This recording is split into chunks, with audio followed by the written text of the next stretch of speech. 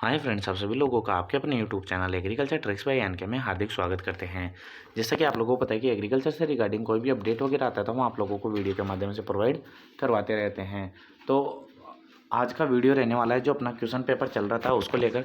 तो कृषि प्रवेशक की दृष्टि से काफ़ी इंपॉर्टेंट ये पेपर रहने वाला है, जिसके अंतर्गत आपको 100 क्वेश्चन देखने को मिलेंगे, जिसमें से आपके 15 क्वेश्चन हिंदी के होंगे और 25 क्वेश्चन आपके जीके के होंगे और जो 60 क्वेश्चन रहने वाले हैं वो आपके एग्रीकल्चर के रहने वाले हैं। और एग्रीकल्चर के अंतर्गत भी जो 60 क्वेश्चन होंगे उनमें से 20 क्वेश्चन तो आपके होंगे एग्रोनॉमी के और 20 क्वेश्चन होंगे वो आपके हॉर्टिकल्चर के और 20 क्वेश्चन होंगे आपके एनिमल हस्बेंड्री के। तो ये वीडियो काफ़ी इंपॉर्टेंट रहने वाला है। अगर आप कृषि प्रवेश की तैयारी कर रहे हो तो आप लोगों के लिए रामबाण साबित होने वाला है। तो विदाउट किसी टाइम वेस्ट के अपन जल्दी जल्दी क्वेश्चनों को सॉल्व करने की कोशिश करेंगे ताकि कम टाइम के अंतर्गत आप अधिक क्वेश्चनों को सोल्व कर सकें। तो चलिए अपन बात करते हैं। आपके सामने ये फर्स्ट क्वेश्चन आता है, वहाँ से स्टार्ट करते हैं। तो पहला क्वेश्चन आपके पास में हरिश्चंद्र शब्द में कौन सी संधि है? तो स्वर संधि है, व्यंजन संधि है, विसर्ग संधि है या उपरोक्त में से कोई नहीं। तो इसके राइट आंसर की बात करेंगे कि हरिश्चंद्र के अंतर्गत जो आपकी संधि आती है वो आती है विसर्ग संधि। तो ऑप्शन नंबर सी यहाँ पे क्या हो जाता है? राइट आंसर हो जाता है। नेक्स्ट क्वेश्चन की बात करें, निम्न में से अयदि संधि का उदाहरण है। तो अयदि संधि का उदाहरण कौन सा है? प्रयोज होगा, मातृ उपदेश होगा, गवेषणा होगी या व्यवहार होगा। तो अगर अयदि संधि के बारे में बात की जाती है तो आपको पता ही होगा कि अयदि संधि की पहचान क्या होती है, जिसके अंतर्गत आई, आई, औ और आओ ये सब देखने को मिलते हैं, जिसके अंतर्गत अयदि संधि होती है।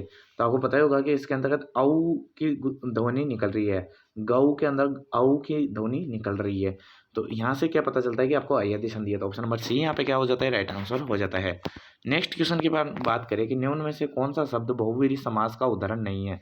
तो आपको बताना है कि बहुव्रीहि समास है उसका उदाहरण कौन सा नहीं है। तो चंद्रचूड नहीं है, या आपकी चंद्रमौली नहीं है, चंद्रवदन नहीं है, शाखा मृग नहीं है। तो इसका राइट आंसर की अपन बात करें तो वो कौन सा हो जाएगा? आपका ऑप्शन नंबर सी यानी चंद्रवंदन आपका बहुव्रीहि समास का उदाहरण नहीं है। तो ऑप्शन नंबर सी क्या हो जाता है? आपका राइट आंसर हो जाता है। चलिए नेक्स्ट क्वेश्चन की ओर बात करें। नेक्स्ट क्वेश्चन आता है कि तुलसीकृत सामासिक पद में कौन सा समास है। जो तुलसीकृत है उसके अंतर्गत सामासिक पद है, इसमें कौन सा समास होगा? आपका करण तत्पुरुष होगा, कर्म तत्पुरुष होगा, संप्रदान तत्पुरुष होगा या अपादान तत्पुरुष। तो इसका राइट आंसर की अपन बात करें तो वो कौन सा हो जाएगा? करण तत्पुरुष। ऑप्शन नंबर ए इसका क्या हो जाता है? राइट आंसर हो जाता है। नेक्स्ट क्वेश्चन की अपन बात करें कि जय शब्द का विलोम शब्द बनाने के लिए इनमें से कौन सा उपसर्ग यूज करेंगे। तो जय शब्द होती है तो उसका अगर विलोम शब्द बनाना है तो कौन सा उपसर्ग लगाओगे? परा लगाओगे, वी लगाओगे, ए लगाओगे या तुर लगाओगे। तो आपको पता ही होगा कि जय का मतलब क्या होता है? जीता हुआ। तो जीते हुए के लिए अपन जय यूज करते हैं और इसका विलोम लगाना है तो विलोम लगाएंगे अपन कौन सा? परा। तो फिर उससे क्या हो जाएगा? पराजय। तो यानी कि हारा हुआ। तो ऑप्शन नंबर ए इसका क्या हो जाता है? राइट आंसर हो जाता है। तो अगर फ्रेंड्स अगर वीडियो पसंद आ रहा हो तो ज़्यादा से ज़्यादा लाइक करना ना भूलें। तो ज़्यादातर विद्यार्थी क्या होता है कि वीडियो तो देख लेते हैं लेकिन चैनल को सब्सक्राइब नहीं करते, तो चैनल को भी सब्सक्राइब करना ना भूलें। ये कौन से पैसे लगते हैं? आपको फ्री के अंतर्गत ही सब कुछ चीज़ें प्रोवाइड करवाई जा रही है, तो आप बस इतना सा कर दीजिए कि चैनल को सब्सक्राइब करना ना भूलें। चलिए बात करें नेक्स्ट क्वेश्चन के, निम्न में से किस शब्द में अ प्रत्यय का प्रयोग नहीं हुआ है। तो अ प्रत्यय का प्रयोग कौन से में नहीं हुआ? कौशल में नहीं हुआ है, भावुक में नहीं हुआ है, पार्थिव में नहीं हुआ है या वासुदेव में नहीं हुआ है। तो इसके राइट आंसर की अपन बात करें तो जो भावुक शब्द है इसके अंतर्गत ऐसा अ प्रत्यय का प्रयोग नहीं किया गया है। नेक्स्ट क्वेश्चन की अपन बात करेंगे कि आपके पास में जो शब्द युग में दिए गए हैं उसका अर्थभेद कौन सा सही नहीं है। तो सूर का मतलब योद्धा होता है, सूर का मतलब देवता होता है, सूर का मतलब सूर्य होता है। क्या ये सही है? या फिर उर का मतलब छाती होती है, उर्रू का मतलब स्तन होते हैं, उर्रू का मतलब जांग होती है। बात करें कच्छ का मतलब बाल होता है, कूच का मतलब स्तन होता है और कूच का मतलब प्रस्थान होता है। भीति का मतलब डर होता है, भीति का मतलब दीवार होती है, भीति का मतलब भीत का मतलब डरा हुआ होता है। तो उसके राइट आंसर की बात करेंगे ऑप्शन नंबर डी यहाँ पे क्या हो जाता है? सही हो जाता है। जो भित्ति होती है, भित्ति का मतलब क्या होता है? दीवार होती है। तो आपने ये तो जनरली अपन यूज़ करते ही हैं कि भित्ति भित्ति शब्द लिखते हैं तो ये दीवार के लिए यूज़ होता है। और जो भित्ति होता है जिसमें बड़ी ई और छोटी ई की मात्रा यूज़ की जाती है वो ली जाती है आपके डर के लिए। किसके लिए यूज़ की जाती है? आपके डर के लिए। तो ये डर के लिए ये गलत जुड़ा हुआ है कि भित्ति के लिए आपको दीवार आना चाहिए था और भित्ति के लिए डर आना चाहिए था। तो ऑप्शन नंबर डी यहाँ पे क्या हो जाता है? राइट आंसर हो जाता है। नेक्स्ट क्वेश्चन की बात करें अपन कि निम्न क्रमांक में से सभी शब्द पर्यायवाची हैं। तो जो जितने भी शब्द दिए गए हैं वो सब के सब एक ही चीज़ के पर्यायवाची होने चाहिए। तो बात करें अनल, पावक, हुताशन, ज्वाला, ये क्या सभी एक समान है? या घोड़ा, बाजी, तुरंग, कटक ये सभी एक हैं? गगन, अंबर, व्योम, विभु ये एक के हैं? जलद, पंकज, उत्पल, इंदिवर, ये एक के हैं। तो अगर राइट आंसर की बात करें, ऐसी चीज़ों को डिस्क्राइब करने में काफ़ी टाइम लग जाता है फ्रेंड्स, तो अपन ज़्यादा डिस्क्राइब नहीं करके अपन डायरेक्ट आंसर की बात करेंगे। तो अगर बात करें अनल, पावक, हुतासन और ज्वाला, ये सभी के सभी किसके पर्यायवाची होते हैं? आपके आग के होते हैं। तो ये आग के पर्यायवाची होते हैं, तो ऑप्शन नंबर ए इसका क्या हो जाता है? राइट आंसर हो जाता है। नेक्स्ट क्वेश्चन की अपन बात करें, नेक्स्ट क्वेश्चन आता है, इनमें से कौन सा विलोम शब्द सही नहीं है? तो बात करें कि संपत्ति का विपत्ति होता है, अतरंग का बहिरंग होता है, स्थावर का जंगम होता है, अचल का अविचल होता है। तो राइट आंसर की बात करें कि कौन सा सही नहीं है, तो वो कौन सा हो जाएगा आपका? ऑप्शन नंबर डी इसका क्या होता है? Right answer. अचल का विचल होता है, न कि अविचल होता है। तो इसको विशेष रूप से आपको देखना है। तो ऑप्शन नंबर डी क्या होता है? यहाँ पे राइट आंसर हो जाता है। नेक्स्ट क्वेश्चन की अपन बात करें, नेक्स्ट क्वेश्चन आता है आपके पास में, वो है किस क्रमांक में सभी अशुद्ध शब्द हैं? तो सभी अशुद्ध शब्द कौन से हैं? आशीर्वाद, वाल्मीकि, भागीरथी, या अतिथि, पत्नी, विदु, या श्रृंगार, अभ्यर्थी, महात्म्य, गत्यावरोध, पूजनीय, या मिष्ठान। तो इसका राइट आंसर की बात करेंगे तो ऑप्शन नंबर 20 का क्या हो जाता है? राइट आंसर हो जाता है। अतिथि, पत्नी और विदु है, ये सभी के सभी क्या है? अशुद्ध शब्द हैं। तो ऑप्शन नंबर बी यहाँ पे क्या हो जाता है? राइट आंसर हो जाता है। नेक्स्ट क्वेश्चन की अपन बात करें, कौन सा वाक्य शुद्ध है? तो बताना है कि आपको कौन सा वाक्य शुद्ध है। तो वो यह कविता अनेक भाव प्रकट करती है, हत्यारे को मृत्यु दंड की सजा मिली, गुरु के ऊपर श्रद्धा रखनी चाहिए, आप जैसे सज्जन से मिलकर खुशी हुई। तो इसका राइट आंसर की बात करेंगे, जो शुद्ध वाक्य है वो कौन सा हो जाएगा? आप जैसे सज्जन से मिलकर खुशी हुई। ऑप्शन नंबर डी इसका क्या हो जाता है? राइट आंसर हो जाता है। नेक्स्ट क्वेश्चन से बात करें कि वह स्त्री जिसका पति परदेश से आने वाला हो, है ना, परदेश से आने वाला हो, उसके लिए वन वर्ड यूज़ करेंगे, वो शब्द कौन सा होगा? तो प्रेषित पति का होगा, आगत पति का होगा, या आगमिष्यत पति का होगा, या नवोढ़ा होगा। तो राइट आंसर की बात करेंगे, ऑप्शन नंबर सी इसका क्या हो जाता है? राइट आंसर हो जाता है। नेक्स्ट क्वेश्चन की बात करें, जो आपको पारिभाषिक शब्दावली दी गई है, तो इंग्लिश में शब्द दिए गए हैं और यहाँ पे हिंदी में दिए गए हैं। तो आप इनको देख सकते हो, रीड कर सकते हो, और इनमें से बताना है कि गलत कौन सा मिलान किया गया है। तो इसके डायरेक्ट में राइट आंसर बता देता हूँ, ऑप्शन नंबर डी इसका क्या होता है? Right answer. ये गलत मिलान किया गया है। नेक्स्ट क्वेश्चन की बात करते हैं। नेक्स्ट क्वेश्चन आता है आपके पास में, अक्ल का अजीर्ण होना, मुहावरे का अर्थ क्या है? जो अक्ल से अजीर्ण होता है उसका अर्थ क्या होगा? आवश्यकता से अधिक बुद्धिमान होना, बुद्धि से भ्रष्ट होना, बुद्धि की कमी होना, या ज्ञान प्राप्त होना। तो राइट आंसर की बात करेंगे, जो आवश्यकता से अधिक बुद्धिमान होता है उसके लिए शब्द यूज किया जाता है अक्ल से अजीर्ण होना। तो ऑप्शन नंबर ए इसका क्या हो जाता है? राइट आंसर हो जाता है। नेक्स्ट क्वेश्चन की बात करें, कौन सा क्रम सही नहीं है? तो जंगल में मोर नाचा किसने देखा, ये लोकोक्ति है। अंधे में अंधा क्या चाहे दो आँख, ये लोकोक्ति है। आबेल मुझे मार, ये मुहावरा है। यह नाक का बाल होना, ये मुहावरा है।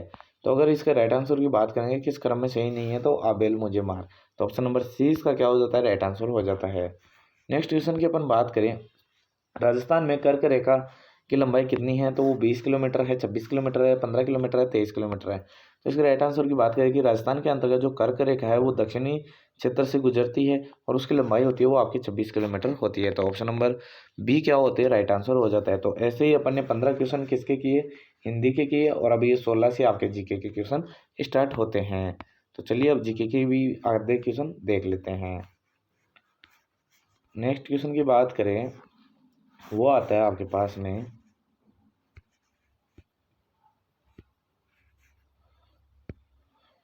पश्चिमी रेतीला मैदान राजस्थान के कुल क्षेत्रफल व जनसंख्या क्रमशः कितना प्रतिशत रखता है? तो इसका मैं डायरेक्ट ही आंसर बता देता हूँ कि जो आपका पश्चिमी रेतीला मैदान होता है उसके अंतर्गत जो राजस्थान का कुल क्षेत्रफल आता है तो वो आता है आपका 60% क्षेत्रफल आता है, और उसके अंतर्गत 40% जनसंख्या निवास करती है। तो ऑप्शन नंबर ए इसका क्या हो जाता है? राइट आंसर हो जाता है। बात करें 9.3% क्षेत्रफल और 10% जनसंख्या निवास करती है, वो आपके अरावली के अंतर्गत करती है। यह अरावली वाला क्षेत्र होता है। तो नेक्स्ट क्वेश्चन की अपन बात करते हैं, तो इसका ऑप्शन नंबर एक राइट हो जाता है 17वें क्वेश्चन का। 18वें क्वेश्चन की अपन बात करें, 18वां क्वेश्चन आता है आपके, उदयपुर शहर के उत्तर पश्चिमी में स्थित पर्वतीय भूभाग को क्या कहते हैं? तो जो आपका उदयपुर है उसके अंतर्गत उत्तर पश्चिमी के अंतर्गत स्थित पर्वतीय क्षेत्र है उसे अपन मगरा कहते हैं। तो ऑप्शन नंबर डी क्या होती है? राइट आंसर हो जाता है। नेक्स्ट क्वेश्चन की अपन बात करें, नेक्स्ट क्वेश्चन आता है, राजस्थान में सर्वाधिक वर्षा किस शाखा से होती है? तो बंगाल की खाड़ी से होती है, अरब सागरीय शाखा से होती है, भूमध्य सागरीय से होती है, या इनमें से कोई नहीं। अगर राइट आंसर की अपन बात करें, राजस्थान में सर्वाधिक जो वर्षा होती है वो बंगाल की खाड़ी की शाखा से होती है। अगर बात करें अरब सागर की शाखा की, तो यह क्या होता है कि अरब सागर से जितनी भी शाखा से जो वर्षा होती है वो आपके क्या होती है कि अरावली के पैरेलल होने के कारण ये वर्षा राजस्थान में ना होकर आगे सीधी ही निकल जाती है। तो अपने राजस्थान में सर्वाधिक वर्षा होती है वो बंगाल की खाड़ी से होती है। ऑप्शन नंबर ए इसका क्या हो जाता है, राइट आंसर हो जाता है। नेक्स्ट क्वेश्चन की अपन बात करें, भीमतल जलप्रपात, जो भीमतल जलप्रपात है वो राजस्थान के किस जिले में है और किस नदी पे बना हुआ है। तो जो भीमतल जलप्रपात है वो चित्तौड़गढ़ में है और चंबल नदी के ऊपर बना हुआ है। प्रतापगढ़ में है, जखम नदी पर बना हुआ है। बूंदी जिले में है, जो मांगली नदी है उस पर बना हुआ है, या भीलवाड़ा में है, या मैनाल नदी पर बना हुआ है। तो इसके राइट आंसर की अपन बात करें तो ये बूंदी के अंतर्गत है, और जो मांगली नदी है उसके किनारे भीमतल जलप्रपात बना हुआ है। तो ऑप्शन नंबर सी यहाँ पे क्या हो जाता है, राइट आंसर हो जाता है। नेक्स्ट क्वेश्चन की अपन बात करें, आहड़ सभ्यता का प्राचीनतम नाम था। तो जो आहड़ सभ्यता उसका प्राचीनतम नाम क्या था, ताम्रवती नदी, आघाटपुर, धूलकोट, या उपरोक्त सभी। तो आपको पता ही होगा कि जो आहड़ सभ्यता उसको पहले ताम्रवती भी बोला जाता था, आघाटपुर भी बोला जाता था और धूलकोट भी बोला जाता था। तो ऑप्शन नंबर डी क्या होता है यहाँ पे, राइट आंसर हो जाता है। नेक्स्ट क्वेश्चन की बात करें, संगीत ज्ञान के कारण यानी कि कुंभा को कौन सी उपाधि प्राप्त हुई। तो जो संगीत ज्ञान था उसके कारण कुंभा को कौन सी उपाधि दी जाती है। तो बात करें हिंदू सुल्तान, अभिनव भट्टाचार्य, राय रायण या फिर श्रृंगार विशुंभरो। तो इसकी बात करेंगे कि जो संगीत ज्ञानी होने के कारण कुंभा को अभिनव भट्टाचार्य कहा जाता है। तो ऑप्शन नंबर बी क्या हो जाता है, राइट आंसर हो जाता है। नेक्स्ट क्वेश्चन की अपन बात करें कि राणा सांगा के द्वारा लड़े गए युद्धों के कालक्रम के आधार पर निम्न में से कौन सा विकल्प सही है। तो जो राणा सांगा के द्वारा जो युद्ध लड़े गए थे तो उनका क्रम सही से बताना है। तो पहले गागरोन का युद्ध किया, फिर खातौली का, फिर बांडी है, ये बारी नहीं है, बांडी, फिर बांडी का युद्ध किया या बयाना का युद्ध किया। फिर नेक्स्ट क्वेश्चन बात करें, खातौली का पहले किया, फिर बांडी का किया, गागरोन का किया, या बयाना का किया। फिर बयाना का किया, खातौली का किया, या बांडी का किया, गागरोन का किया। तो ऐसे ही करके अगर अपन राइट आंसर की बात करते हैं तो आपको पता होगा सबसे पहले खातौली का युद्ध हुआ था। तो खातौली किसके अंतर्गत आ रहा है, ओनली ए की ऑप्शन के अंतर्गत आ रहा है। तो आपका ऑप्शन नंबर बी क्या होता है, यहाँ पे राइट आंसर हो जाता है। पहले खातौली का युद्ध किया था राणा सांगा ने, फिर बांडी का किया था, फिर गागरोन का, और फिर ये आपका बयाना का युद्ध हुआ था। नेक्स्ट क्वेश्चन की अपन बात करने उनमें से कौन सा साहित्य रचना कन्हैयालाल सेठिया के द्वारा रचित नहीं है। तो पातल पीतल नहीं है, धरती दोहराली नहीं है, या मीझर नहीं है, बादली नहीं है। तो इसके राइट आंसर की अपन बात करें तो वो कौन सा हो जाएगा, आपके बादली, जो कन्हैयालाल सेठिया है उसके द्वारा रचित नहीं है। तो ऑप्शन नंबर डी क्या होता है, यहाँ पे राइट आंसर हो जाता है। नेक्स्ट क्वेश्चन की बात करें, ख्याल के जयपुर घराने के प्रवर्तक कौन थे। तो मनरंग थे, सारंगधर थे, नजीर खां थे, या जसराज थे। तो आपको पता ही होगा कि जो जयपुर के अंतर्गत ख्याल के घराने के प्रवर्तक है वो कौन थे, आपके मनरंग थे। तो ऑप्शन नंबर ए इसका क्या हो जाता है, राइट आंसर हो जाता है। चलिए नेक्स्ट क्वेश्चन की ओर बढ़ते हैं।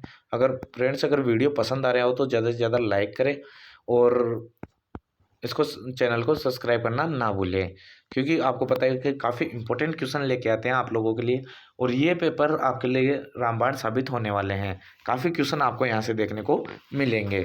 नेक्स्ट क्वेश्चन की अपन बात करें कि राजस्थान के किस क्रांतिकारी ने उदयपुर के महाराणा फतेह सिंह को दिल्ली दरबार में जाने से रोकने के लिए चेतावनी रा चोट क्या नामक बुक का रचना लिखकर भेजी थी। तो जो नामक रचना थी जो इसे भेजी थी वो किसने भेजी थी। तो अपन ये काफ़ी बार पूछा गया है, चेतावनीरा चूटिया किसके द्वारा रचित है। तो केसर सिंह बारट के द्वारा, माणिकलाल वर्मा के द्वारा, विजय सिंह पति के द्वारा, या अर्जुनलाल सेठिया के द्वारा। तो आपको पता होगा जो केसरी सिंह बारट है उसके द्वारा चेतावनीरा चूटिया जो नामक रचना की गई थी। तो ऑप्शन नंबर ए इसका क्या हो जाता है, राइट आंसर हो जाता है।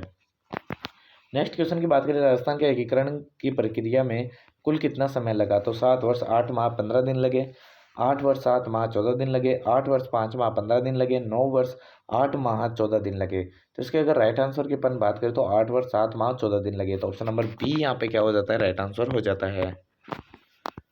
नेक्स्ट क्वेश्चन की अपन बात करें, नेक्स्ट क्वेश्चन आता है आपके पास में, निम्न में से राजस्थान का कौन सा दुर्ग यूनेस्को की विश्व विरासत सूची में शामिल नहीं है।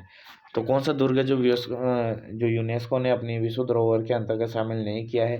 तो जैसलमेर, कुंभलगढ़, घाघरोन, या मेहरानगढ़। तो इसके राइट आंसर की अपन बात करें तो वो कौन सा हो जाएगा, आपका मेहरानगढ़ को सम्मिलित नहीं किया गया है। और इसकी पहले भी मैंने ट्रिक बताई थी कि गाजर, चीकू और आम से क्या हो जाएगा, आपका आमेर हो जाएगा, ची से चित्तौड़गढ़, कू से कुंभलगढ़ हो जाएगा, गा से गागरोन, जयपुर जैसलमेर, रेफोर रणथंभौर। तो तो ऐसे करके भी आप आसानी से याद कर सकते हो, गाजर, चीकू, आम। तो ऑप्शन नंबर डी यहाँ पे क्या हो जाता है, राइट आंसर हो जाता है। नेक्स्ट क्वेश्चन की अपन बात करें, राजस्थान में भूमिज शैली का सबसे पुराना मंदिर है। जो भूमिजा शैली है ना, भूमिजा शैली है, उसका सबसे पुराना मंदिर कौन सा है? पाली जिले का सेवाड़ी जैन मंदिर है, पाली जिले का रणकपुर जैन मंदिर है, पुष्कर का बर्मा मंदिर है, देशनों का करनी माता मंदिर है। अगर भूमिजा शैली की अगर बात की जाती है तो उसके अंतर्गत आपका जो पाली का सेवाड़ी जैन मंदिर है वो सबसे पुराना माना जाता है। तो ऑप्शन नंबर ए इसका क्या होता है, राइट आंसर हो जाता है। नेक्स्ट क्वेश्चन की बात करें, हवा महल की पहली मंजिल का नाम क्या है? तो प्रकाश मंदिर है, हवा महल है, प्रताप मंदिर है, रतन मंदिर है। तो इसकी बात करें कि फर्स्ट मंजिल थी वो किस नाम से जानी जाती है? प्रताप मंदिर के नाम से जानी जाती है। तो ऑप्शन नंबर सी यहाँ पे क्या हो जाता है, राइट आंसर हो जाता है। इसके अलावा बात करें प्रताप, ये जो आपका हवा महल है उसके वो कौन सा है, कितने मंजिला है? तो वो 5 मंजिला है। इसके अलावा अगर इसकी बात करें आकृति की, तो इसकी जो मुकुटनुमा इसकी आकृति बनी हुई है, तो इसका विशेष रूप से ध्यान रखना है। नेक्स्ट क्वेश्चन की अपन बात करें, नेक्स्ट क्वेश्चन आता है आपके पास में, राजस्थानी चित्रकला शैली व उनके चित्रकारों के संबंध में कौन सा विकल्प गलत है? अगर बात करें कि चित्रशैली आपकी अलवर वाली है, उसके अंतर्गत जो चित्रकार हुई है वो गुलाम अली बलदेवी। जो देवगढ़ शैली है वो उसके अंतर्गत जो नंगा चोखा बैजनाथ हुआ। ये किशनगढ़ के अंतर्गत कायम कासिम या अली रजा हुए। जोधपुर के अंतर्गत रमा नाथा और छज्जू हुई है। तो इसके अगर राइट आंसर की अपन बात करें तो इसका राइट आंसर क्या होने वाला है? ऑप्शन नंबर सी इसका क्या होता है, राइट आंसर हो जाता है। जो कायम कासिम और अली रजा है ये आपके किशनगढ़ शैली से मिलान नहीं खाते हैं। तो ऑप्शन नंबर सी क्या हो जाता है, यहाँ पे राइट आंसर हो जाता है। नेक्स्ट क्वेश्चन की बात करें, बांसवाड़ा जिले का जो चांदूजी का गढ़ तथा डूंगरपुर जिले में जो बोडी गामा नामक स्थान किसके लिए प्रसिद्ध है? तो तीर कमान के लिए, तलवार के लिए, पिचकारी के लिए या कुंदन कला के लिए? तो बात करेंगे कि जो आपके बांसवाड़ा का चंदूजी का गढ़ और डूंगरपुर जिले का जो बोडी गाम है वो आपके तीर कमान के लिए प्रसिद्ध है। तो ऑप्शन नंबर ए इसका क्या हो जाता है, राइट आंसर हो जाता है। नेक्स्ट क्वेश्चन की अपन बात करें कि भील पुरुष और स्त्री द्वारा मिलकर संयुक्त रूप से गाए जाने वाले लोकगीत कौन सा है? तो संयुक्त रूप से कौन सा गीत गाया जाता है? लांगुरिया गीत, जोरावा, हमसीडो या सुपान? तो आपको पता ही होगा कि जो भील स्त्री पुरुष है जो मिलकर युगल गीत गाते हैं तो वो लोकगीत कौन सा है आपका? हमसीडो होता है। तो ऑप्शन नंबर सी क्या हो जाता है, यहाँ पे राइट आंसर हो जाता है। चलिए नेक्स्ट क्वेश्चन की ओर बढ़ते हैं। नेक्स्ट क्वेश्चन आता है, ग्रासीय जनजाति का सबसे लोकप्रिय नृत्य कौन सा है जिसे ग्रासियों का घूमर भी कहा जाता है? तो ग्रासियों को घूमर किसे कूद को कहते हैं, वालर को कहते हैं, नेजा को कहते हैं, मांतल को कहते हैं?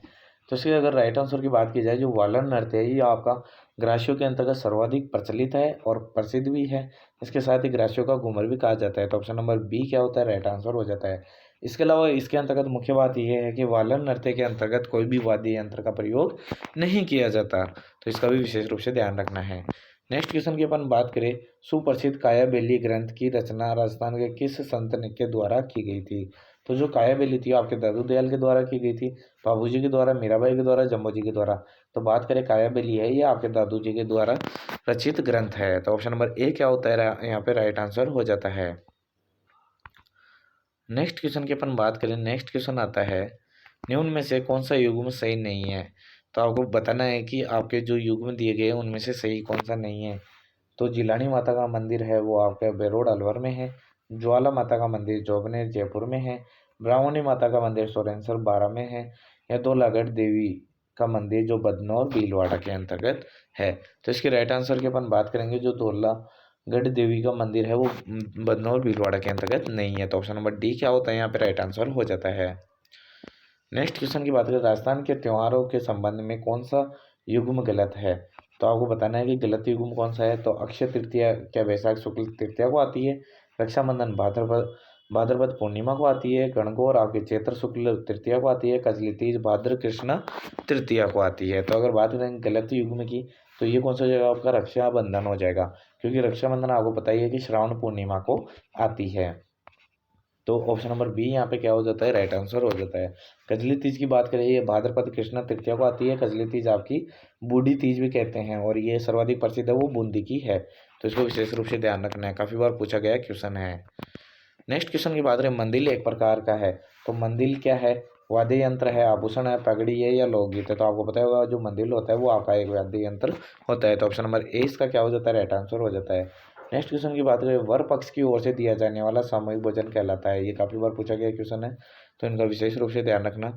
तो बात करें कि उसे जानोटन कहते हैं, हीरावली कहते हैं, बडार कहते हैं या जेवन वार कहते हैं। तो बात करें राइट आंसर की, कि जो वर पक्ष की ओर से जो सामूहिक भोजन दिया जाता है उसे जानोटन कहते हैं। तो ऑप्शन नंबर ए इसका क्या हो जाता है? राइट आंसर हो जाता है। नेक्स्ट क्वेश्चन की बात करें, जयपुर के जंतर मंतर को यूनेस्को ने विश्व धरोहर में कब घोषित किया? तो यूनेस्को ने विश्व धरोहर स्थल कब घोषित किया था? 2005 में, 2008 में, 2010 में, 2013 में। तो राइट आंसर की बात करेंगे तो ऑप्शन नंबर सी इसका क्या हो जाता है? यहाँ पे राइट आंसर हो जाता है। तो यहाँ पे आपके क्या होते हैं कि जितने भी आपके हिंदी के 15 क्वेश्चन और जीके के 25 क्वेश्चन, तो ये कंप्लीट होते हैं। अब अपन बात करेंगे एग्रीकल्चर के क्वेश्चनों की। तो यहाँ से आपके एग्रीकल्चर के क्वेश्चन स्टार्ट होते हैं। तो अब नेक्स्ट क्वेश्चन आता है आपके पास में, अंतर्राष्ट्रीय अर्ध शुष्क क्षेत्र फसल अनुसंधान संस्थान, जिसे कि एक्रिसेट कहा जाता है, वो कहाँ पर स्थापित? आपका हैदराबाद में स्थापित है। तो इसकी स्थापना कब हुई थी? तो आपकी 1982 में, 1972 में, 1975 में या 1985 में। तो इसके राइट आंसर की अपन बात करें तो वो कब हुई थी? आपकी 1972 के अंतर्गत हुई थी। तो एक्रिसेट कहाँ पर है? हैदराबाद में। ये भी काफ़ी बार पूछा गया क्वेश्चन है, तो ये भी विशेष रूप से आपको ध्यान रखना है। तो ऑप्शन नंबर बी क्या हो जाता है? यहाँ पे राइट आंसर हो जाता है। नेक्स्ट क्वेश्चन की बात करें, 2 हेक्टेयर भूमि वाले कृषक होते हैं या किसान होते हैं, वो किस श्रेणी में माना जाता है? तो सीमांत कृषक कहते हैं, मध्यम कृषक कहते हैं, लघु कृषक कहते हैं, बड़ा कृषक कहते हैं। तो इसके राइट आंसर की बात करेंगे कि जो 2 हेक्टेयर वाली भूमि होती है उन किसानों को आपको लघु कृषक कहा जाता है। तो ऑप्शन नंबर सी यहाँ पे क्या हो जाता है? राइट आंसर हो जाता है। नेक्स्ट क्वेश्चन की अपन बात करें तो नेक्स्ट क्वेश्चन आता है आपके पास में, वर्ष 2015-16 के अनुसार राजस्थान में भू जोतों का आकार औसतन कितना था? तो 2.73 था, 3.07 हेक्टेयर था या 2.85 था या 5.85 हेक्टेयर था। तो इसके राइट आंसर की जब बात की जाती है तो वो कौन सा हो जाता है? आपका 2.73 हेक्टेयर 2015-16 के अनुसार भू जोतों का आकार माना जाता है। तो ऑप्शन नंबर ए क्या होता है? राइट आंसर हो जाता है। नेक्स्ट क्वेश्चन की बात करें कि राजस्थान में मक्का व चावल के लिए अनुसंधान केंद्र कहाँ स्थापित है? तो जो राजस्थान के अंतर्गत मक्का और चावल के लिए जो अनुसंधान केंद्र है वो उदयपुर में है, चित्तौड़ में है, झालावाड़ में है या बांसवाड़ा में है। तो अगर राइट आंसर की बात करें तो वो कहाँ पर आपका बांसवाड़ा के अंतर्गत है। ऑप्शन नंबर डी क्या हो जाता है? राइट आंसर हो जाता है। नेक्स्ट क्वेश्चन की बात करें, वर्ष 2018-19 के अनुसार क्रमशः कुल तिलहनी और कुल दलहनी उत्पादन में प्रथम स्थान कौन रखता है? तो तिलहनी के अंतर्गत अलवर रखता है और दलहनी के अंतर्गत आपके बीकानेर रखता है। अगर बात करें तिलहनी के अंतर्गत अलवर रखता है या दलहनी के अंतर्गत चूरू रखता है, या फिर बात करें श्रीगंगानगर और बीकानेर रखते हैं या श्रीगंगानगर या चूरू रखते हैं। तो आपको मिलान करना है कि तिलहनी के अंतर्गत कौन सा सर्वाधिक उत्पादन के लिए प्रथम स्थान रखता है और कौन सा दलहनी के लिए रखता है। तो इसके राइट आंसर की अपन बात करें तो वो क्या बात करें कि तिलहनी के लिए आपका अलवर प्रथम स्थान रखता है और जो दलहनी है, दलहनी के लिए आपका बीकानेर फर्स्ट स्थान रखता है। तो ऑप्शन नंबर ए क्या हो जाता है? राइट आंसर हो जाता है। नेक्स्ट क्वेश्चन की बात करें, सौंफ की बुआई का इष्टतम समय कौन सा होता है? तो मध्य सितंबर से मध्य अक्टूबर, मध्य अक्टूबर से मध्य नवंबर, मध्य नवंबर से मध्य दिसंबर, मध्य दिसंबर से मध्य जनवरी। तो सौंफ की बुआई का काफ़ी बार पूछा गया क्वेश्चन है और काफ़ी इंपॉर्टेंट क्वेश्चन है। तो बात करें कि जो सौंफ की बुआई की जाती है वो आपके मध्य सितंबर से मध्य अक्टूबर के बीच में की जाती है। तो ऑप्शन नंबर ए इसका क्या हो जाता है? राइट आंसर हो जाता है। नेक्स्ट क्वेश्चन की बात करें कि धनिया की सिंचित फसल हेतु इष्टतम बीज दर क्या होती है? तो जो आपकी धनिया की सिंचित फसल हेतु जो इष्टतम बीज दर होती है वो कितनी होती है? 5 से 6 किलो, 9 से 10 किलो, 10 से 12 किलो, 15 से 20 किलो। तो इसके राइट आंसर की अपन बात करेंगे तो वो कितनी हो जाएगी? 15 से 20 किलो धनिया के लिए सिंचित फसल हेतु इष्टतम बीज दर मानी जाती है। ऑप्शन नंबर डी यहाँ पे क्या हो जाता है? राइट आंसर हो जाता है। नेक्स्ट क्वेश्चन की बात करें, सिंगल सुपर फॉस्फेट, ये एग्रीकल्चर सुपरवाइजर में 2 से 3 बार पूछा गया क्वेश्चन है। तो काफ़ी अच्छा क्वेश्चन है और काफ़ी बार पूछा जाने वाला क्वेश्चन है। तो एसएसपी यानी कि सिंगल सुपर फॉस्फेट में सल्फर की मात्रा कितनी होती है? तो 12%, 21%, 18% या 16%। तो आपको पता होगा सिंगल सुपर फॉस्फेट के अंतर्गत जो सल्फर होता है वो 12% पाया जाता है। तो ऑप्शन नंबर ए यहाँ पे क्या हो जाता है, राइट आंसर हो जाता है। नेक्स्ट क्वेश्चन की बात करें, ये आपके एग्रीकल्चर सुपरवाइजर 2018 वाली के अंतर्गत पूछा गया क्वेश्चन है। राजमा के लिए सतत नाइट्रोजन का प्रयास है, यानी कि कितनी प्रति हेक्टेयर की आवश्यकता होती है राजमा को। तो नाइट्रोजन की बात करें तो 50 से 60 kg, 60 से 70 kg, 80 से 90 kg या 110 से 120 kg। तो आपको पता ही होगा कि एकमात्र दलहनी क्रॉप है जो कि नाइट्रोजनी फिक्सेशन नहीं करती, इसलिए इन्हें भी क्या होता है कि ये दलहनी होते हुए भी आपको जो अनाज वाली फसलें होती है उनके बराबर इसके अंतर्गत आपको नाइट्रोजन देना पड़ता है। तो ऑप्शन नंबर डी यहाँ पे क्या होता है, राइट आंसर हो जाता है कि राजमा के लिए जो आपको नाइट्रोजन देने की आवश्यकता होती है वो आपको 110 से 120 kg देने की जरूरत होती है। तो ऑप्शन नंबर डी क्या होता है, यहाँ पे राइट आंसर हो जाता है। नेक्स्ट क्वेश्चन की बात करें, यदि किसान जमीन पर एक भाग पर एक वर्ष में 3 फसलें लेता है तो उस खेती की सघनता कितनी होगी। तो आपको पता होगा 3 खेती लेगा तो 300 हो जाएगी ऑटोमेटिकली। ये क्वेश्चन मेरे पहले भी MCQ वगैरह करवाए हुए हैं और जो इसका फॉर्मूला होता है वो भी अच्छे से डिस्क्राइब किया हुआ है, तो वो आप वीडियो में जाके देख सकते हो। तो ऑप्शन नंबर सी यहाँ पे क्या हो जाता है, राइट आंसर हो जाता है। नेक्स्ट क्वेश्चन की अपन बात करें, नेक्स्ट क्वेश्चन आता है, शुष्क क्षेत्रों में तालाब के पेटे में जब पानी हट जाता है तो पारंपरिक खेती के तरीकों को क्या कहते हैं। तो खेती तालाब कहते हैं, टोकिया खेती कहते हैं, खड़ीन खेती कहते हैं, टाका खेती कहते हैं। तो इसके राइट आंसर की अपन बात करें तो वो क्या कहा जाता है, उसे आपके टोकिया खेती कहते हैं। तो ऑप्शन नंबर बी क्या होता है, राइट आंसर हो जाता है। नेक्स्ट क्वेश्चन की अपन बात करें, नेक्स्ट क्वेश्चन आता है आपके पास में, निम्न में से कौन सा एक कार्बनिक उर्वरक है। तो कैल्शियम अमोनियम नाइट्रेट है, अमोनियम सल्फेट है, अमोनियम क्लोराइड है या कैल्शियम साइनेमाइड है। तो इसके राइट आंसर की अपन बात करें तो आपको पता होगा कि जो आपका एक कार्बनिक उर्वरक है वो कौन सा हो जाएगा, कैल्शियम साइनेमाइड हो जाएगा। ऑप्शन नंबर डी रहे यहाँ पे क्या होता है, राइट आंसर हो जाता है। नेक्स्ट क्वेश्चन की बात करिए, प्रक्षेत्र उपकरण जिसे प्रारंभिक भू परिष्करण उपकरण नहीं माना जाता। तो ऐसा कौन सा जो उपकरण है जिसे प्राथमिक भू परिष्करण का उपकरण नहीं माना जाता है या प्रारंभिक भू परिष्करण का उपकरण नहीं माना जाता। तो देसी हल को नहीं माना जाता है, मोड बोल्ड हल को नहीं माना जाता है, या छेलिए हल को नहीं माना जाता है, या बक्सर को नहीं माना जाता है। तो इसके राइट आंसर की बात करें, जो बक्सर होता है उसे जो प्रारंभिक भू परिष्करण का उपकरण नहीं माना जाता है। ऑप्शन नंबर डी क्या हो जाता है, यहाँ पे राइट आंसर हो जाता है। नेक्स्ट क्वेश्चन की बात करें, कौन सा खरपतवार सामान्यतः खेत बाध्य खरपतवार यानी कि फील्ड बाउंड वीड के रूप में जाना जाता है। तो फील्ड बाउंड वीड के रूप में किसे जाना जाता है, सोरगम हेलपेंस को जाना जाता है, कॉन्वोल्यूबुलस आर्वेंसिस को जाना जाता है, इकाइनो कोलोना को जाना जाता है, या डिजिडेरिया सपन्युगनेलिस को जाना जाता है। तो इसका राइट आंसर की बात करें, जो कॉन्वोल्यूलिस आर्वेंसिस है उसे जाना जाता है फील्ड बाउंड वीड के नाम से। ऑप्शन नंबर बी क्या हो जाता है, यहाँ पे राइट आंसर हो जाता है। नेक्स्ट क्वेश्चन की अपन बात करें, सरसों की पूसा जय किसान किस्म का अन्य नाम क्या है। तो जो आपकी जो पूसा जय किसान है ये आपकी सेवर भरतपुर से निकाली गई है, तो उसका अन्य नाम क्या है, बायो 902, T59, PRS 15 या मोनेटो।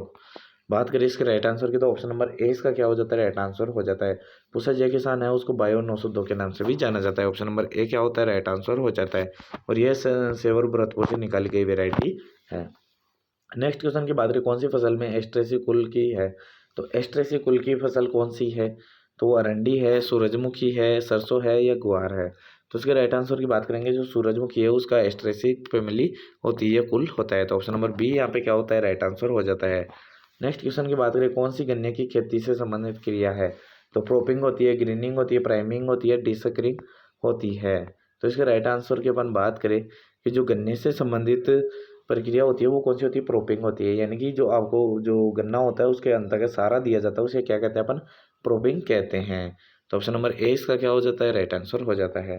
नेक्स्ट क्वेश्चन की बात करें, लाल सड़न रोग जो कि रेड रोट कहते हैं, ये किस फसल से संबंधित है, कपास से, सूरजमुखी से, गन्ना से है या सौंफ से है। तो आपको पता ही होगा कि जो लाल सड़न रोग है वो आपके गन्ने के अंतर्गत लगता है। नेक्स्ट क्वेश्चन की अपन बात करें कि पूर्ण जड़ परजीवी खरपतवार निम्न में से कौन सा है। तो ये क्वेश्चन कल भी आया था कि पूर्ण जड़ और अर्ध जड़ और पूर्ण तना अर्ध तड़ा, यहाँ से क्वेश्चन काफ़ी बार पूछे जाते हैं। अगर वीड से काफ़ी क्वेश्चन आता है तो यहाँ से एक क्वेश्चन देखने को मिलता है। तो बात करेंगे पूर्ण जड़ परजीवी, इसकी ट्रिक भी बनाई हुई है, आप जाके देख सकते हो। तो वो कौन सा होगा, ओरोबैंकी होगा, स्ट्राइगा होगा, अमरबेल होगा या लोरेंथेस होगा। तो इसके राइट आंसर की जब बात की जाती है कि पूर्णतः जड़ परजीवी की बात की जाती है वो कौन सा होता है आपका ओरोबैंकी होता है। नेक्स्ट क्वेश्चन की बात करें कि सोयाबीन अनुसंधान निर्देशालय कहाँ स्थित है। सोयाबीन अनुसंधान निर्देशालय वो कहाँ पे है, जबलपुर में है, झांसी में है, कोटा में है, इंदौर में है। तो आपको पता ही होगा कि जो सोयाबीन अनुसंधान निर्देशालय है वो एमपी के अंतर्गत इंदौर के अंतर्गत स्थित है। ऑप्शन नंबर डी यहाँ पे क्या हो जाता है, राइट आंसर हो जाता है। नेक्स्ट क्वेश्चन की बात करें कि पपीते की बोनी किस्म कौन सी है। तो पूसा नन्ना है, पूसा मैजेस्टी है, पूसा जॉइंट है, ये ताइवान है। तो बात करेंगे कि बोनी किस्म की, तो वो कौन सी हो जाती है आपकी, पूसा नन्ना हो जाती है। ऑप्शन नंबर ए इसका क्या हो जाता है, राइट आंसर हो जाता है। नेक्स्ट क्वेश्चन की अपन बात करें फल व सब्जियों के सड़ने का मुख्य कारण क्या है। तो बैक्टीरिया है, कवक है, ईस्ट है या जीवाणु है। तो इसके राइट आंसर की बात करेंगे कि फल व सब्जी सड़ने का मुख्य कारण क्या होता है, वो बैक्टीरिया होता है। ऑप्शन नंबर ए इसका क्या हो जाता है, राइट आंसर हो जाता है। नेक्स्ट क्वेश्चन की बात करें लाख बनाने वाले कीट किस पौधे पर पाले जाते हैं। तो जो लाख की खेती की जाती है वो कौन से पौधे के ऊपर की जाती है। तो आम के ऊपर, बेर के ऊपर, अंगूर के ऊपर या आंवले के ऊपर। तो राइट आंसर की बात करेंगे जो बेर का पौधा होता है उसके ऊपर जो लाख बनाने वाले कीट होती है उनको पाला जाता है। तो ऑप्शन नंबर बी क्या होता है यहाँ पे, राइट आंसर हो जाता है। नेक्स्ट क्वेश्चन की अपन बात करें कि अंगूर की सर्वाधिक खेती किस जिले में होती है। तो अंगूर की खेती झालावाड़ में होती है सर्वाधिक, सिरोही में होती है, बांसवाड़ा में होती है, गंगानगर के अंतर्गत होती है। तो इसके राइट आंसर की अपन बात करें कि जो सर्वाधिक अंगूर की खेती है वो गंगानगर के अंतर्गत होती है। तो ऑप्शन नंबर डी यहाँ पे क्या हो जाता है, राइट आंसर हो जाता है। नेक्स्ट क्वेश्चन की बात करें कि Maharana Pratap university of agriculture and technology की स्थापना कब हुई थी। तो जो MPUAT है उसकी स्थापना जो उदयपुर में है उसकी स्थापना कब हुई थी, 1987 में, 1999 में, 2004 में, 2014 में। तो इसके राइट आंसर की अपन बात करेंगे तो जो MPUAT है उसकी स्थापना 1999 के अंतर्गत हुई थी। तो ऑप्शन नंबर बी यहाँ पे क्या हो जाता है, राइट आंसर हो जाता है। नेक्स्ट क्वेश्चन की अपन बात करें, नेक्स्ट क्वेश्चन आता है आपके पास में, बेर की कौन सी किस्म का फल सबसे भारी होता है। तो उमरान का होता है, सेब का होता है, मोडिया का होता है, गोरला का होता है। तो जो सबसे बेर के अंतर्गत जो सबसे भारी फल होता है वो आपका उमरान का होता है। तो ऑप्शन नंबर ए इसका क्या हो जाता है, राइट आंसर हो जाता है। नेक्स्ट क्वेश्चन की बात करें, पूसा अली ड्वार्फ व अंगूर लता उन्नत किस्में किसकी है। अंगूर लता काफ़ी बार पूछी गई किस्म है किसकी है, और ये पूसा अली ड्वार्फ भी काफ़ी बार पूछी गई किस्म है।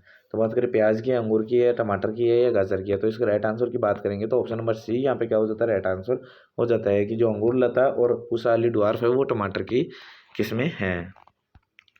नेक्स्ट क्वेश्चन की अपन बात करें कि मूली में आकस्मिक बीमारी किसकी कमी से होती है। आकस्मिक बीमारी होती है वो बोरॉन की कमी, पोटेशियम, कॉपर या फिर जस्त की कमी से होती है। तो इसके राइट आंसर की बात करेंगे जो बोरॉन की कमी से आकस्मिक बीमारी देखने को मिलती है। तो ऑप्शन नंबर ए इसका क्या हो जाता है, राइट आंसर हो जाता है।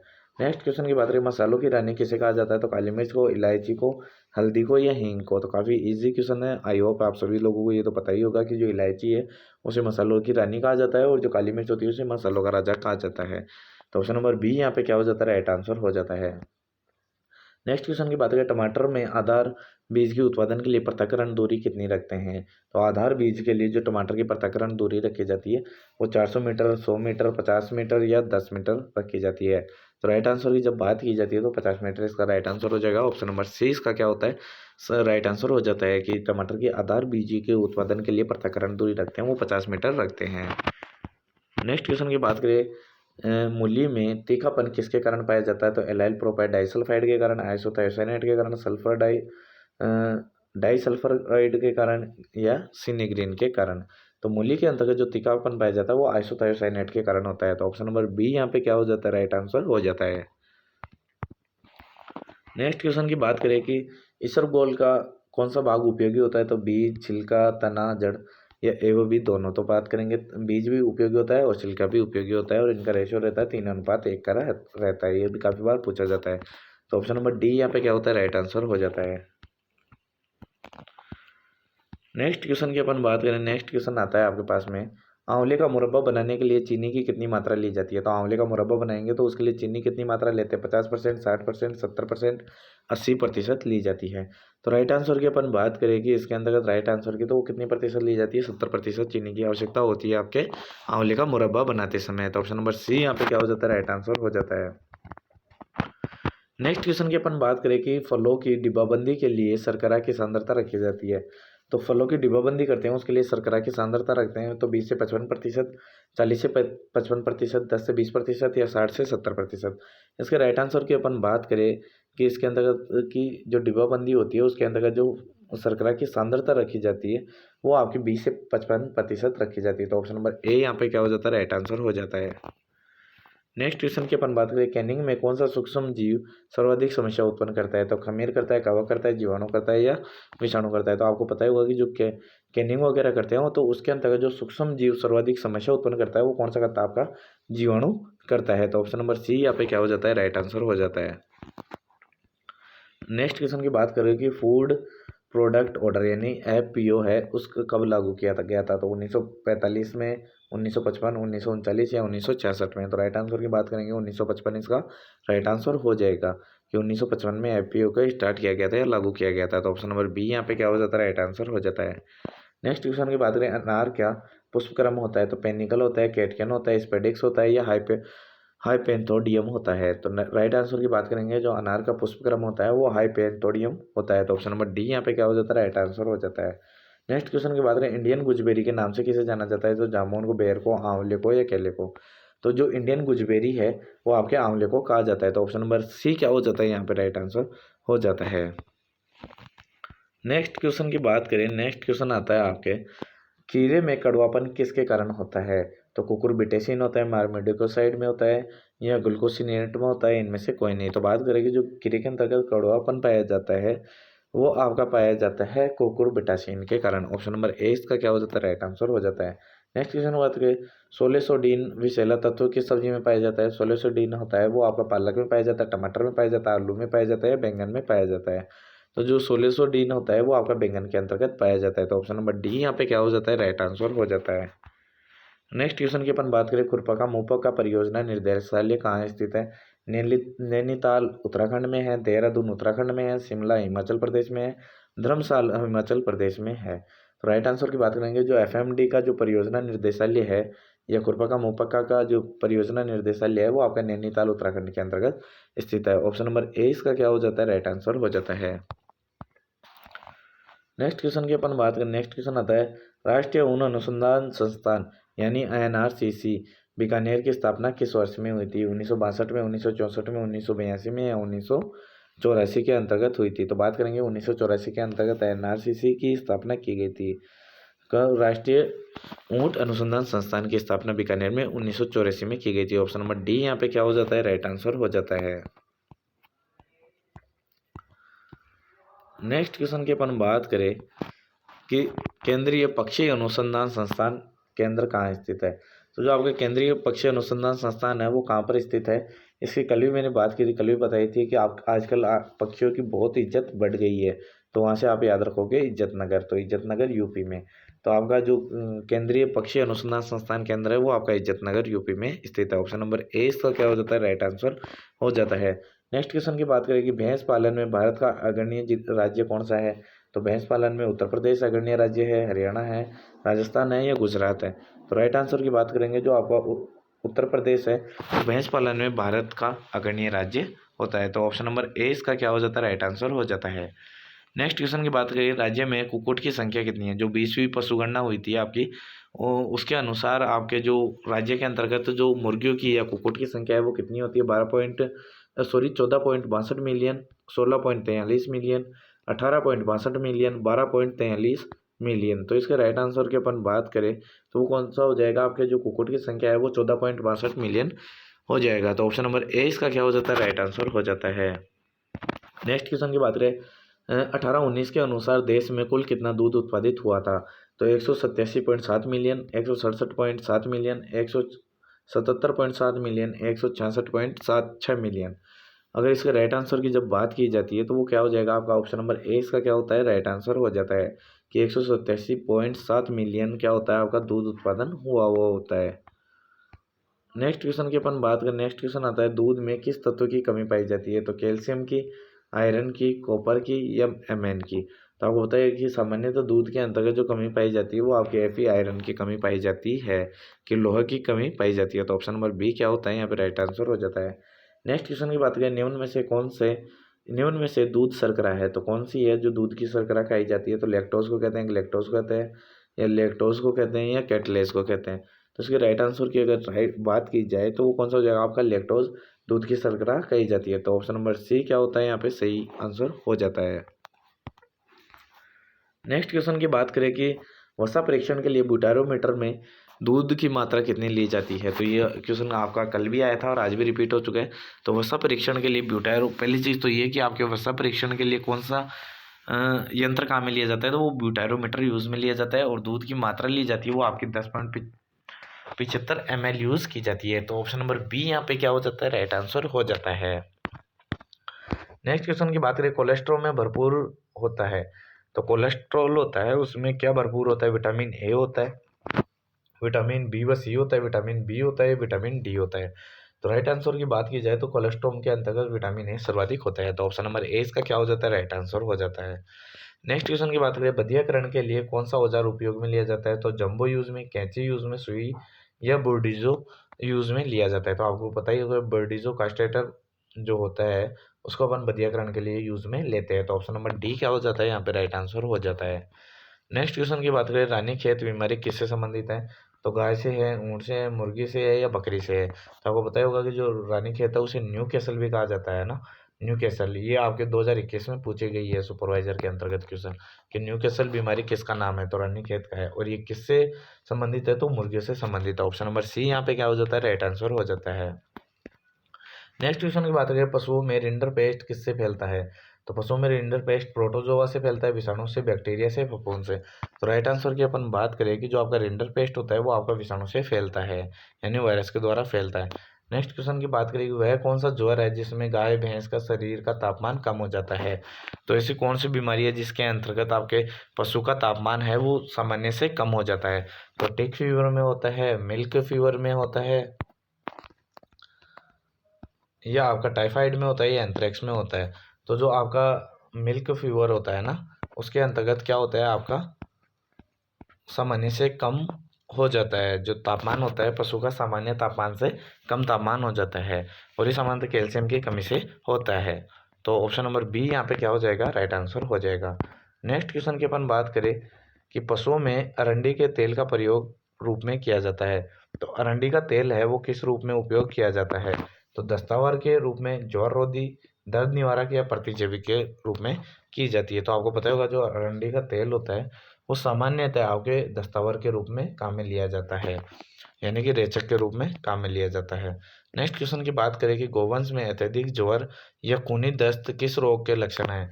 तो अगर गायों के अंतर्गत अत्यधिक ज्वर हो रहा है यानी बुखार हो रही है और खूनी दस्त हो रहे हैं तो ये किस रोग का सिम्टम्स शो करते हैं, रिंडर पेस्ट का, एफएमडी का, एंथ्रेक्स का या ब्लैक वाटर का।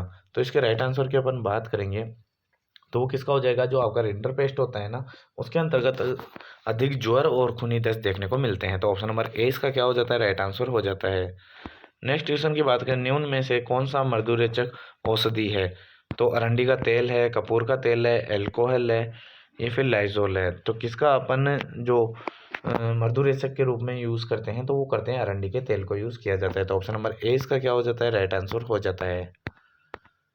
नेक्स्ट क्वेश्चन की अपन बात करें, नेक्स्ट क्वेश्चन आता है मुर्गी के शरीर का तापमान होता है। तो सामान्यतः जो मुर्गी का तापमान होता है वो 65 डिग्री फ़ारेनहाइट होता है, 98 डिग्री फ़ारेनहाइट होता है, 101 डिग्री फ़ारेनहाइट या 106 डिग्री फ़ारेनहाइट।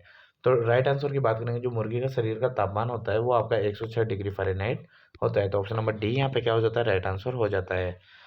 नेक्स्ट क्वेश्चन की अपन बात करें, गाय का गर्भ अवधि होती है। तो गाय की गर्भ अवधि 90 दिन की होती है, 150 दिन की, 180 दिन की या 270 दिन की। तो राइट आंसर की बात करेंगे 270 दिन की गाय की गर्भावधि होती है। ऑप्शन नंबर डी यहाँ पे क्या हो जाता है, राइट आंसर हो जाता है। नेक्स्ट क्वेश्चन की बात करें कि एंथ्रेक्स किसके कारण होता है। तो जीवाणु से, विषाणु से, कवक से या प्रोटोजोआ से। तो राइट आंसर की बात करेंगे जो एंथ्रेक्स होता है वो जीवाणु से होता है और जो जीवाणु का नाम होता है वो बेसिलस एंथ्रेसिस होता है, बेसिलस एंथ्रेसिस होता है। तो आई होप फ्रेंड्स आपको अगर वीडियो पसंद आए तो ज़्यादा से ज़्यादा लाइक करें और शेयर करना ना भूलें। थैंक यू फ्रेंड्स, मिलते हैं कल नए पेपर के साथ में जो काफ़ी इंपॉर्टेंट होने वाला है। Thank you friends.